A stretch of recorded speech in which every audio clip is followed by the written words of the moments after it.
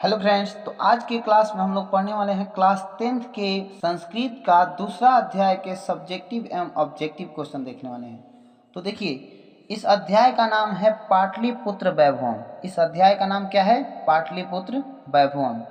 अब इस पाठ के सबसे पहले हम लोग ऑब्जेक्टिव क्वेश्चन देखेंगे। तो चलिए देखते हैं हम लोग। पहला क्वेश्चन है, देखिए पहला क्वेश्चन है कि बिहार की राजधानी कहाँ है? बिहार की राजधानी कहाँ है? तो बिहार की राजधानी पटना है। ठीक है। दूसरा नंबर क्वेश्चन है, पाटलिपुत्र वैभवम पाठ क्या है? यह एक निबंध है। क्या है? निबंध है। याद रखिएगा, ऑब्जेक्टिव में यह पूछा जाता है ये सब। दूसरा नंबर प्रश्न होगा, पाटलिपुत्र का इतिहास कितना वर्ष पुराना है? यानी पटना का जो इतिहास है वह कितना पुराना है? तो देखिए यहाँ पर लिखा हुआ है 2500 वर्ष, यानी 2500 वर्ष पुराना है पटना का इतिहास। नेक्स्ट प्रश्न होगा 4 नंबर प्रश्न है, पाटलिपुत्र का धार्मिक क्षेत्र, राजनीतिक क्षेत्र, औद्योगिक क्षेत्र कैसा है? तो देखिए आकर्षक है। यानी पाटलिपुत्र का धार्मिक क्षेत्र कैसा है, राजनीतिक क्षेत्र या औद्योगिक क्षेत्र कैसा है? तो देखिए ध्यान आकर्षित करने योग्य, यानी आकर्षक है, आकर्षण करने वाला है। नेक्स्ट क्वेश्चन हमारा जो है यहाँ पर, कूटनीम काव्य का रचनाकर कौन है? यानी कूटनीम काव्य का रचनाकर कौन है? तो दामोदर गुप्त जी हैं। कौन है? तो दामोदर गुप्त जी। नेक्स्ट प्रश्न होगा, बुद्ध के समय पाटली ग्राम किस नदी के किनारे स्थित था? यानी पाटली ग्राम जो था, यानी बुद्ध के समय कहाँ बसा था? तो नदी थी गंगा नदी के किनारे, यानी गंगा के किनारे। ठीक है। नेक्स्ट प्रश्न होगा, भगवान बुद्ध अनेकों बार कहाँ आए थे? भगवान बुद्ध अनेकों बार पटना आए थे। कहाँ आए थे? तो भगवान बुद्ध अनेकों बार पटना आए थे। नेक्स्ट प्रश्न होगा 8 नंबर, यानी पाटलिपुत्र में शरद काल में कौन सा महोत्सव मनाया जाता है? यानी कौन महोत्सव मनाया जाता है? यानी कौमुदी। क्या मनाया जाता है? कौमुदी। नेक्स्ट प्रश्न हो जाएगा,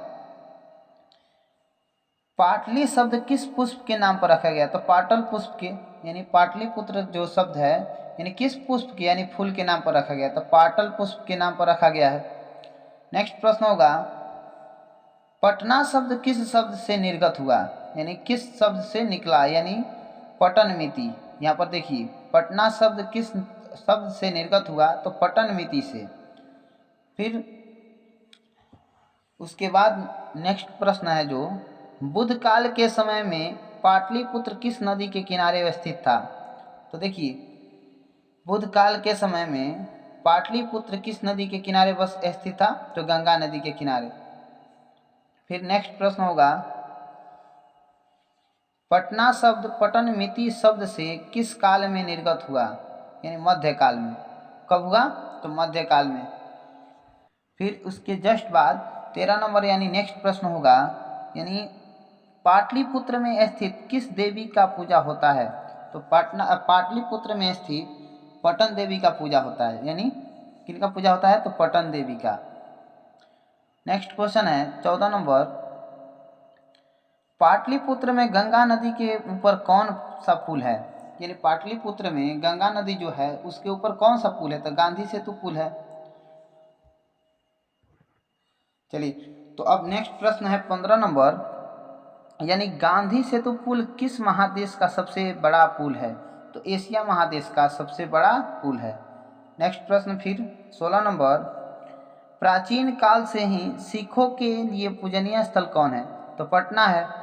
यानी सिखों के लिए पूजनीय स्थल यानी प्राचीन काल से ही पटना है, रहा है। चलिए, अब नेक्स्ट प्रश्न है यहाँ पर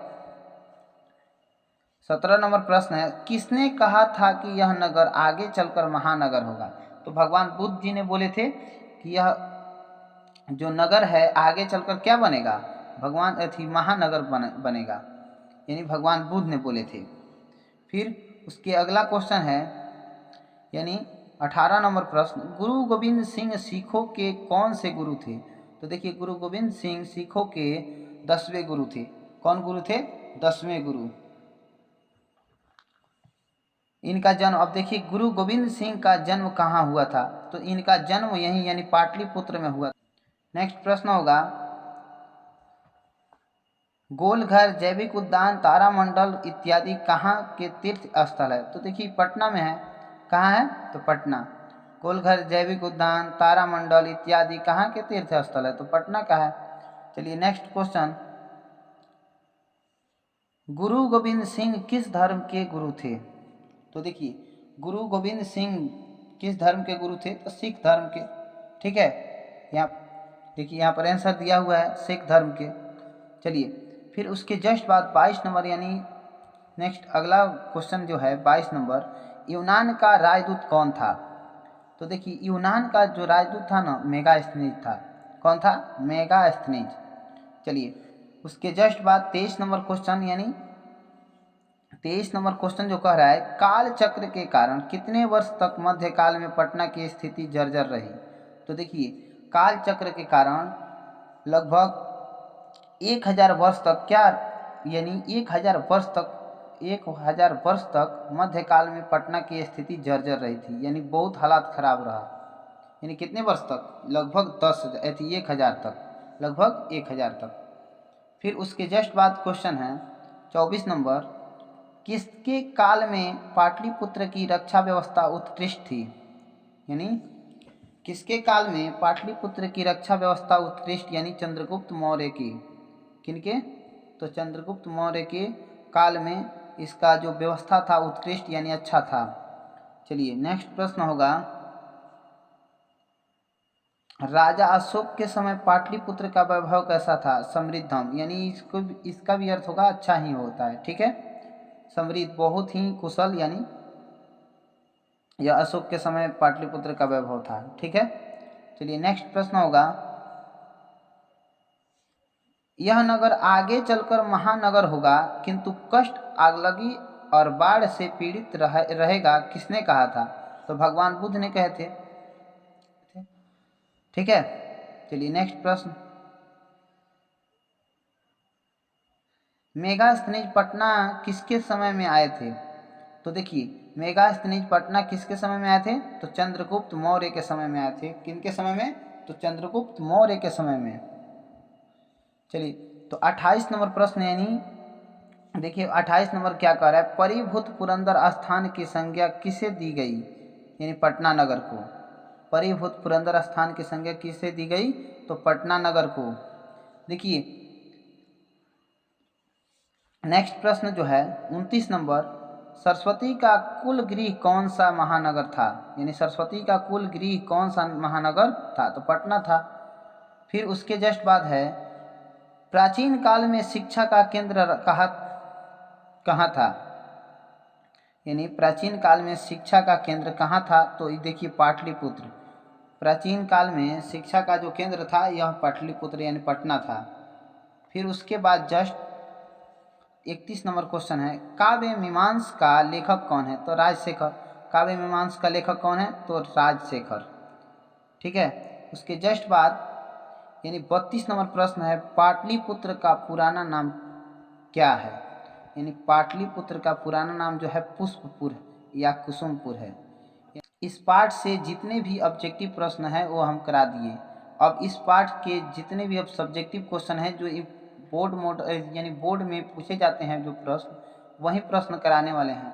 तो देखिए इसमें का सब्जेक्टिव क्वेश्चन अब हम लोग देखते हैं, यानी सब्जेक्टिव क्वेश्चन पहला क्वेश्चन क्या है, तो देखिए सब्जेक्टिव का पहला क्वेश्चन जो है, देखिए अध्याय 2 के सब्जेक्टिव क्वेश्चन, यानी पहला नंबर क्वेश्चन है, देखिए यहाँ पर है पहला नंबर क्वेश्चन, भगवान बुद्ध ने पाटलिपुत्र के विषय में क्या कहा था, तो देखिए भगवान बुद्ध ने पाटलिपुत्र के विषय में माने पटना के बारे में क्या कहा था, तो देखिए यहाँ पर दिया हुआ है, पाटलिपुत्र के विषय में भगवान बुद्ध कहते हैं कि, यानी पाटलिपुत्र के विषय में भगवान बुद्ध कहते हैं कि यह नगर, यानी यह नगर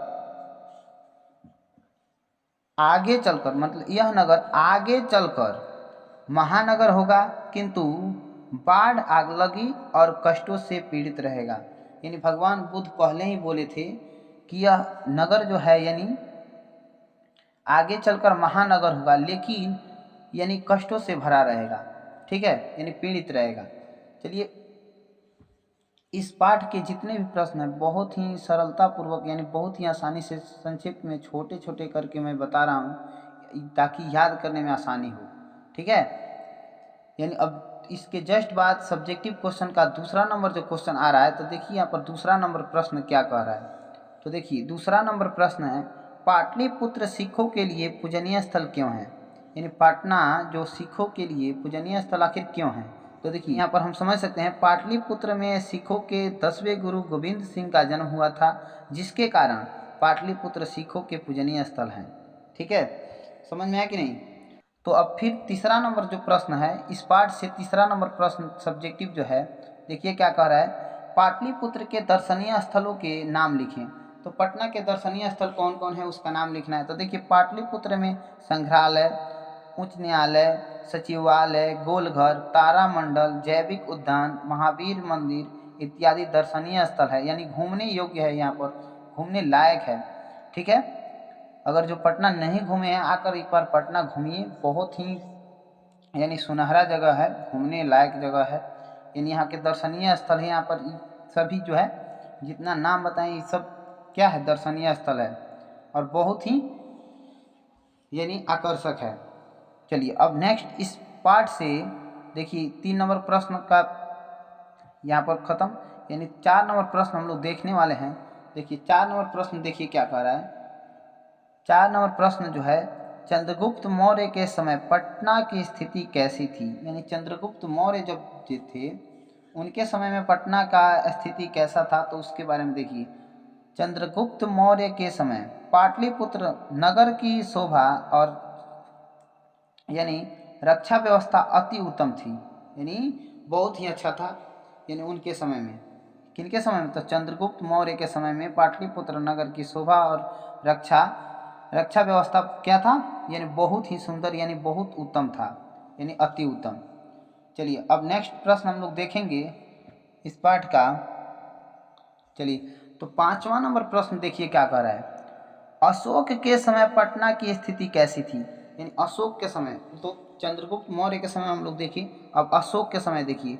तो राजा अशोक के समय पाटलिपुत्र समृद्धशाली और देखने में प्रिय था, यानी इनके भी यानी शासनकाल में इनके भी समय यानी बहुत ही यानी अशोक के समय में भी पटना बहुत ही समृद्धशाली रहा है, यानी बहुत ही प्रिय था।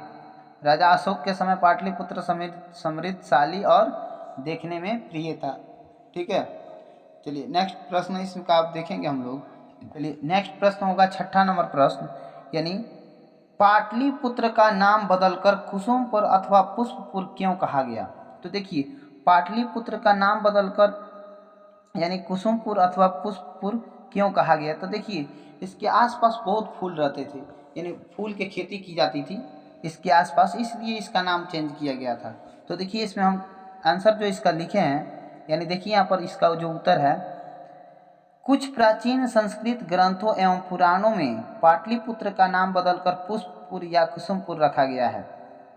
यानी इसका नाम क्या है, तो चेंज करके क्या रखा गया है, तो पुष्पपुर या कुसुमपुर रखा गया है, क्योंकि पाटलिपुत्र के आसपास उस समय काफ़ी मात्रा में पुष्प का उत्पादन यानी पुष्प की खेती की जाती थी, यानी पुष्प का उत्पादन होता था, इसलिए इसका नाम क्या रखा गया था, कुसुमपुर या पुष्पपुर। चलिए अब इसके अगला क्वेश्चन जो है 7 नंबर क्वेश्चन देखिए, पाटलिपुत्र के विषय में राजशेखर अपने सौकाव्य मीमांसा नामक ग्रंथ में क्या लिखा है।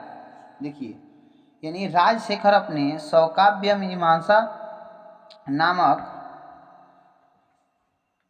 ग्रंथ में लिखे हैं कि दीर्घकाल से ही पटना में सरस्वती की परंपरा ही रही है। यह पाणिनि, पीलन, वरुचि, पतंजलि इत्यादि विद्वानों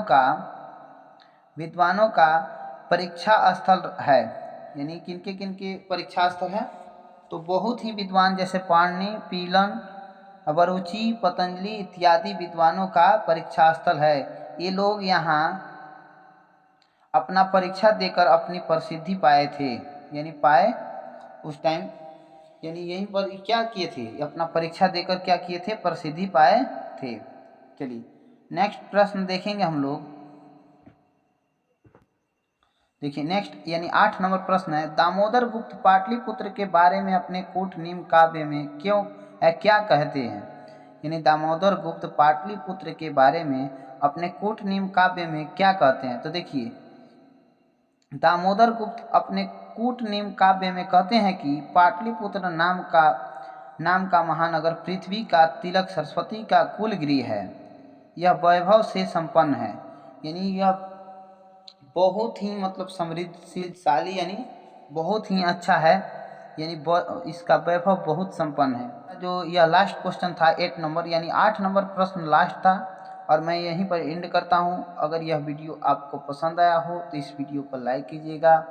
अगर इस चैनल पर नए हो तो चैनल को सब्सक्राइब कीजिएगा। Thank you.